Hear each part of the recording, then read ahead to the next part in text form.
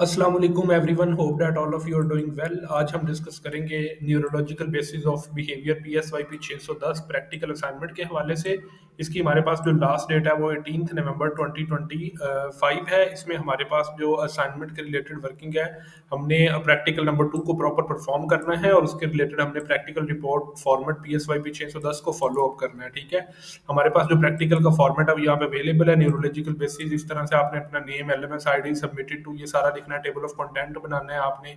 स्ट्रूप न्यूरोसोलॉजिकल screening test, एसएनएसटी test को हमने perform करना है, ये हमने सारा बायोडाटा देना है, background history, personal history, educational history, test administration, behavioural observation, result, quantitative, qualitative, discussion, limitation, ये सारी चीजें एंड पे रेफरेंसेस, ये सारा कुछ हमने प्रोवाइड करना। और इस तरह हमारी जो है वो प्रैक्टिकल की असाइनमेंट पीएसवाईपी 610 की कंप्लीट होगी। अब इसके साथ रिलेटेड आपको जो है वो लास्ट डेट जो इसकी है वो पीएसवाईपी 610 की प्रैक्टिकल की असाइनमेंट की 18 नवंबर है।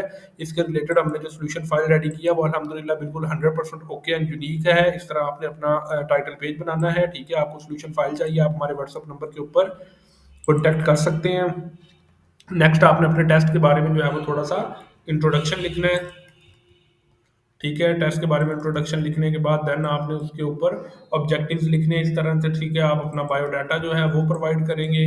ठीक है, बायोडाटा सारा आप लिखेंगे इस तरह से। बायोडाटा के बाद आप जो है वो बैकग्राउंड इन्फॉर्मेशन इस तरह से कंप्लीट लिखेंगे अपनी। ठीक है, उसके बाद आप मदर की इन्फॉर्मेशन लिखेंगे, उसके बाद आप सिबलिंग की इन्फॉर्मेशन सारी इस तरह से लिखेंगे। देन उसके बाद आप एजुकेशनल हिस्ट्री सारी इस तरह से लिखेंगे।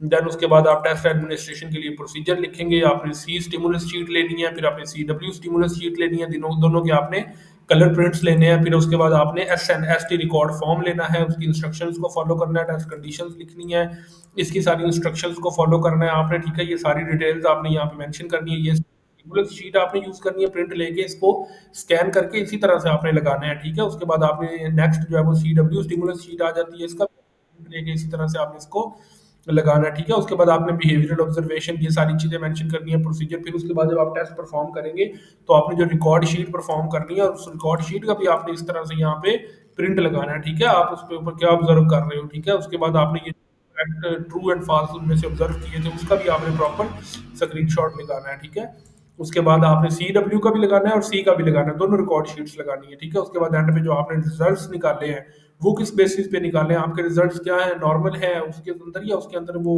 पी वैल्यू जो है वो ज्यादा है, उस हिसाब से आपने रिजल्ट भी यहाँ पे मेंशन करना है। ठीक है, उसके बाद आप अपना टेबल यहाँ पे बनाओगे, उसके बाद आप एनालिसिस करोगे, डिस्कशन करोगे, अपनी कंप्लीट जो है वो सोल्यूशन फाइल रेडी करोगे। इस तरह 21 पेजेस की आपकी ये कंप्लीट जो है वो फाइल रेडी होगी। इसके अंदर मजीद अगर आपका कोई क्वेश्चन है या आपको पेड सोल्यूशन यूनिक फाइल चाहिए तो आप हमारे व्हाट्सएप नंबर के ऊपर कॉन्टैक्ट कर सकते हैं। इंशाल्लाह आपको ईच एंड एवरी सोल्यूशन के साथ 100% यूनिक फाइल प्रोवाइड की जाएगी। Thank you so much for your time. अल्लाह हाफिज़।